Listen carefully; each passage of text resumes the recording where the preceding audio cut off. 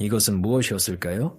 지적 생명체로부터의 메시지, 비범한 우주 현상, 지나가는 혜성, 그 후 수십 년간의 관측에서 비슷한 것은 다시는 들리지 않았고 이 수수께끼는 미해결로 남았습니다. 우리가 확실히 아는 것은 신호가 어디에서 왔는지입니다. 궁수자리 방향에서 우리 은하 중심 근처의 별들이 밀집된 하늘 영역에서 50년이 지나고 우주는 또 다른 수수께끼를 던집니다. 항성간 여행자 3I 아틀라스가 현재 우리 태양계를 통과하고 있습니다. 그리고 그 전임자들 오umuamua 보리소프와 달리 간단한 비교를 거부합니다. 그리고 그 궤도는 궁수자리로 돌아가는 궤도, 와우, 신호와 연관된 동일한 하늘 영역으로 향합니다. 2025년 5월 외계 행성을 찾기 위한 나사 우주망원경 테스가 일상적인 작업을 하고 있었습니다.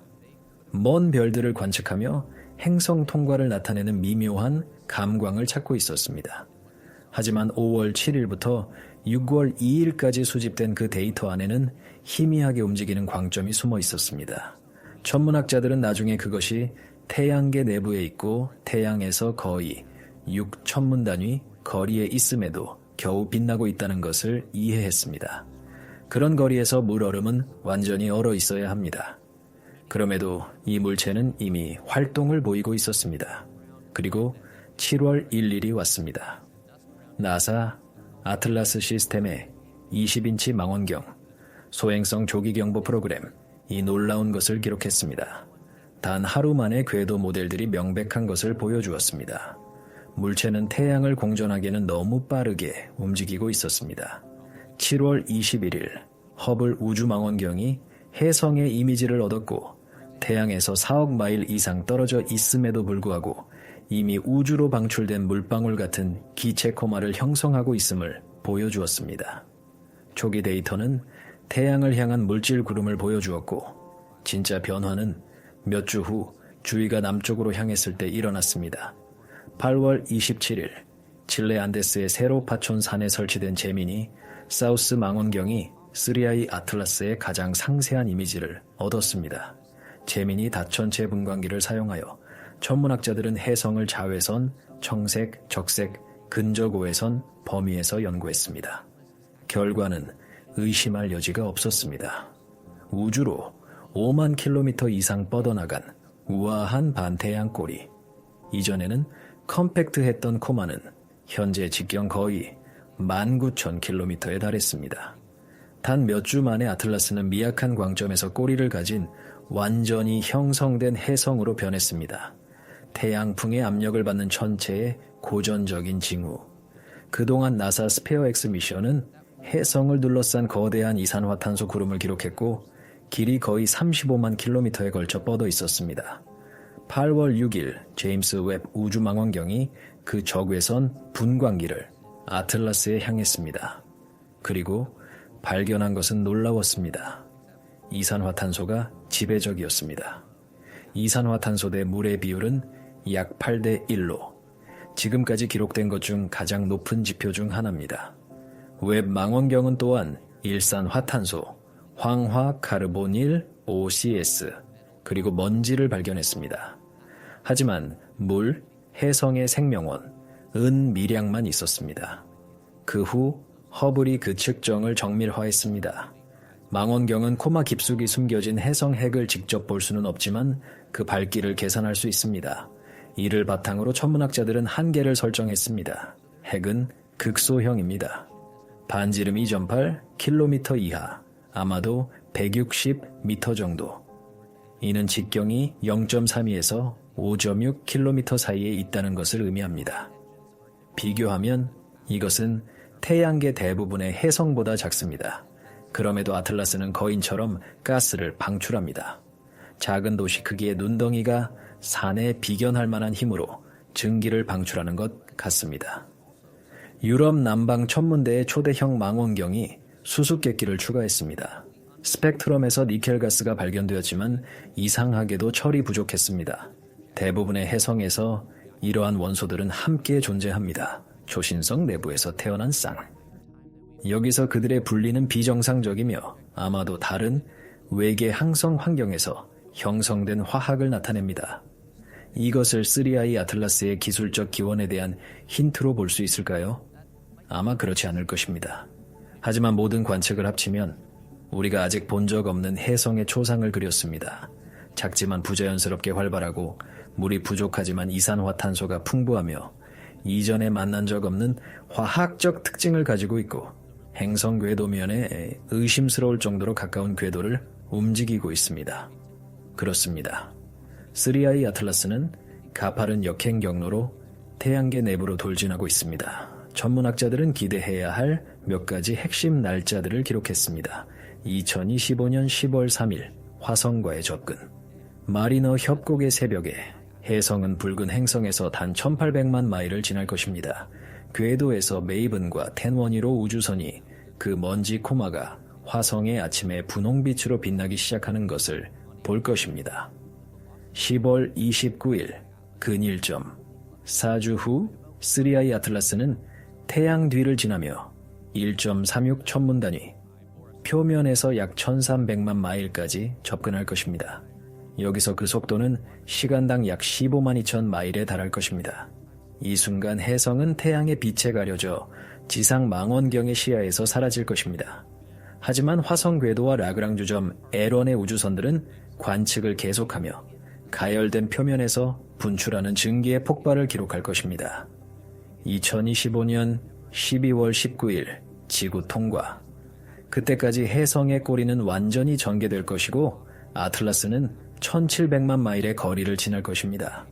육안으로 보기에는 너무 멀지만 제임스 웹과 베라 루빈 망원경이 그 코마의 구성을 연구하기에는 충분히 가깝습니다. 2026년 3월 16일 목성과의 접근. 그때 해성은 가스 거인의 구름 위 3300만 마일을 비행할 것입니다.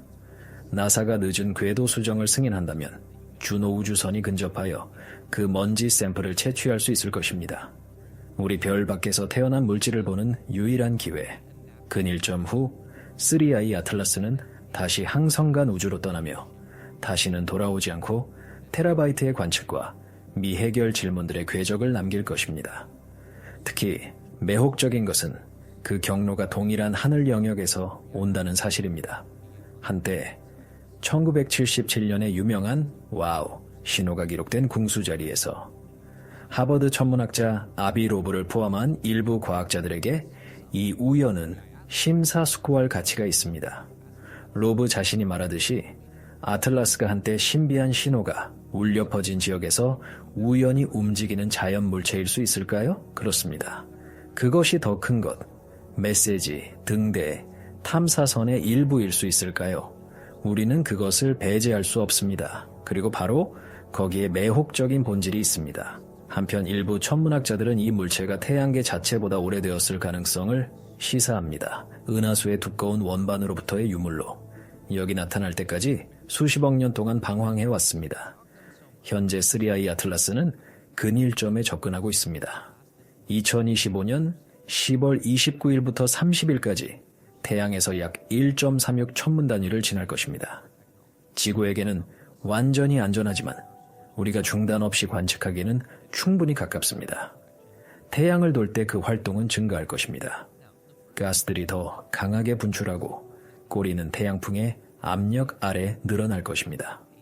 과학자들에게 이것은 드문 기회입니다. 태양의 작용으로 해성은 그 본질을 드러냅니다. 그리고 아틀라스가 그 광선 아래에서 불타오를 때 아마도 마침내 그 비밀들을 드러낼 것입니다. 무엇으로 구성되어 있는지, 어디서 왔는지, 그리고 아마도 왜 그 외로운 여행에서 그렇게 오래 생존했는지. 10년 미만 동안 3명의 항성간 방랑자가 우리 하늘을 가로질렀습니다. 각각이 독특했습니다. 각각이 태양 너머 세계들의 다양성을 이해하기 위한 단서가 되었습니다. 그리고 이제 우리 망원경 덕분에 우리는 이 새로운 여행자를 그래프상의 일시적인 점이 아니라 살아있는 해성 유기체로 봅니다.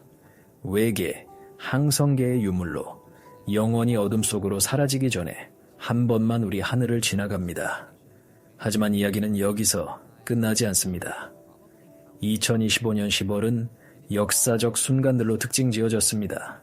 해성 3I 아틀라스가 화성과 최대 접근을 달성하여 2800만 킬로미터까지 근접했습니다.